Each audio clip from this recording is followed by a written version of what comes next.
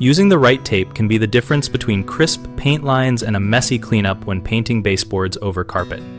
Blue painter tape sticks with moderate adhesion that is suitable for short-term use on clean, smooth surfaces and is easy to remove, but it allows more paint bleed, especially on textured trim edges, so press it down firmly with a hard tool like a credit card and remove it within 30 minutes to an hour after paint becomes dry to the touch to avoid pulling paint.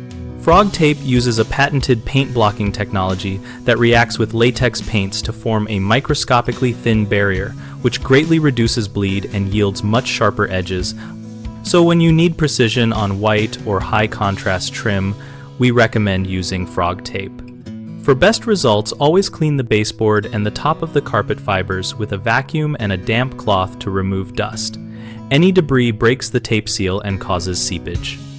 When taping over carpet, tuck the tape gently against the carpet edge rather than pressing it into pile, and use small snug strips rather than one long piece to accommodate uneven edges.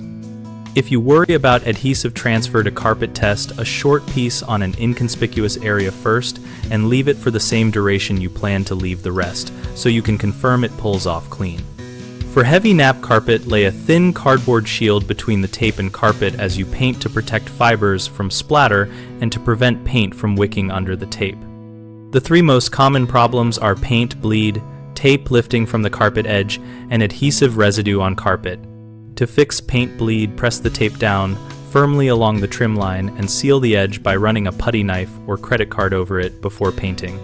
If the tape lifts because of uneven or plush carpet, use shorter strips and avoid stretching the tape so it stays flush against the baseboard rather than bridging the gap. For adhesive residue on sensitive carpet fibers, do a quick test first and never leave the tape stuck for more than a day. If residue appears, remove the tape slowly at a low angle and clean the area with a mild detergent solution and blot. Do not scrub. BigHomeProjects.com connects homeowners with local contractors and provides project information that helps you decide whether to use blue tape or frog tape for baseboard projects.